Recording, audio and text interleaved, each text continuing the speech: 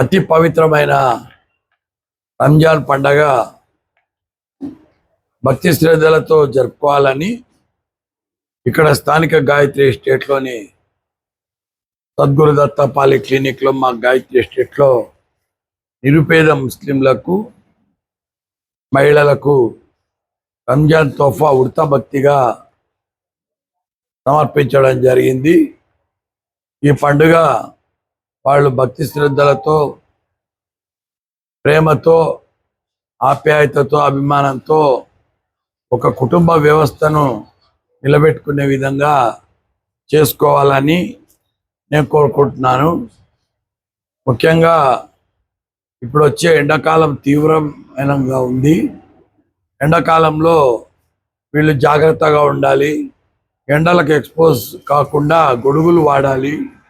నీళ్లు కూడా ఎక్కడంటే అక్కడ తాగకూడదు. స్వచ్ఛమైన నీరు తాగాలి. కనపడిన చోటల్లా ఏదన్నా తాగినామంటే కూడా వాటర్ కంటామినేషన్ చాలా ఎక్కువగా ఉంది, పొల్యూషను.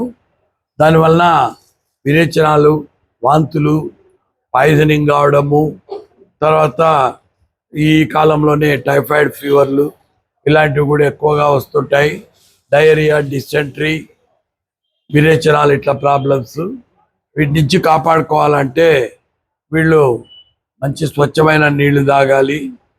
అదేవిధంగా హీట్కి ఎక్కువ ఎక్స్పోజ్ అయినారంటే సన్ స్ట్రోక్ అంటారు, heat stroke, heat hyperpyrexia, ఇలాంటి heat exhaustion, dehydration, kidneys fail కావడము, ఇటువంటి సమస్యల్లోకి వెళ్తారు.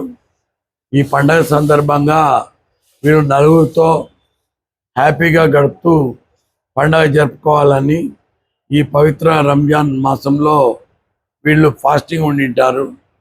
సో ఆ జాగ్రత్తలు కూడా వీళ్ళు తీసుకోవాలని కోరుకుంటూ ఈ నిరుపేద మహిళా ముస్లిమ్స్కు రంజాన్ తోఫా ఇవ్వడం జరిగింది. Thank you.